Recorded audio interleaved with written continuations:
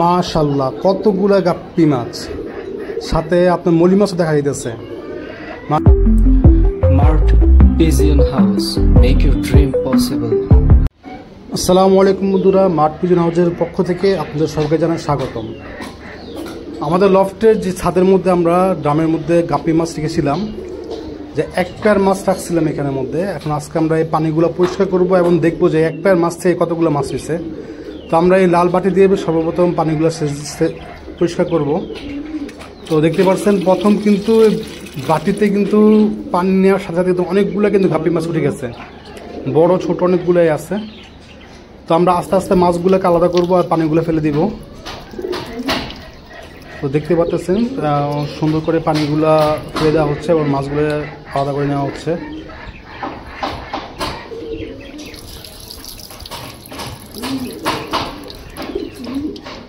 আমার মনে হচ্ছে ড্রামের মধ্যে মোটামুটি আলহামদুলিল্লাহ অনেক মাছই হবে, যদিও আমরা এই ড্রামটার মধ্যে মাত্র এক পেয়ার গাপ্পি মাছ দিয়েছিলাম আর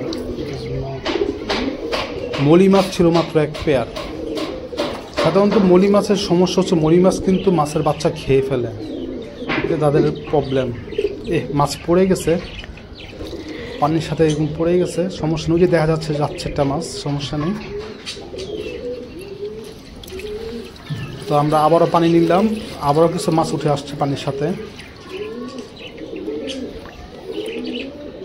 এটা হচ্ছে আমাদের যে প্রথম যে পেয়ার রাখছে পেয়ারের মেলটা, এটা মনে ফিমেলটা, প্রথম পেয়ারের ফিমেলটা, বড় মাছটা দেখাই যাচ্ছে, বুঝে যাচ্ছে। ওর পেটে কিন্তু এখনো বাচ্চা আছে, আবার বাচ্চা দিবে।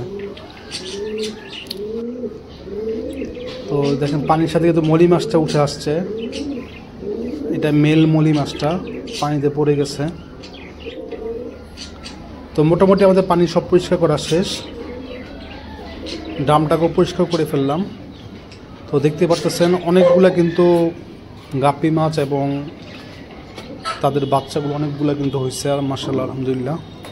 আর মলি মাছে কোনো বাচ্চা হয় নাই, বাচ্চা হইলেও তারা খেয়ে ফেলে। তো দেখা যাচ্ছে মলি মাছের পেয়ারটা দেখতে পাচ্ছেন। তো আমরা এখন এগুলোকে আবার ড্রামের মধ্যে রাখবো নতুন পানি দিয়ে।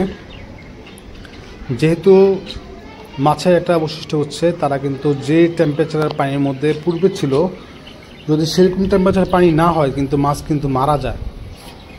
যার কারণে আমরা অল্প কিছু পানি আগেই উঠে রাখছিলাম আলাদা করে, ওই সেম পানিটাই এখানে আমরা ঢালবো, যেহেতু আমরা ড্রামটা পরিষ্কার করা হয়ে গেছে। তো ওই পানিটা ঢালার পরে আমরা এখন মাছগুলোকে আবার ছেড়ে দিচ্ছি, আস্তে আস্তে আস্তে করে ছেড়ে দিচ্ছি। অবশ্য কিছু নতুন পানি অ্যাড করা হয়েছিল, সবগুলো মাছ ছেড়ে দিলাম, দেখতে পাচ্ছেন। তাই এখন মোটামুটি ভালো দেখা যাচ্ছে, কারণ আগে তো পানিগুলো সব শ্যাওলা ভরা ছিল, যে কারণে পানি বোঝা যেত না আর কি। এখন মাছগুলো কিন্তু মোটামুটি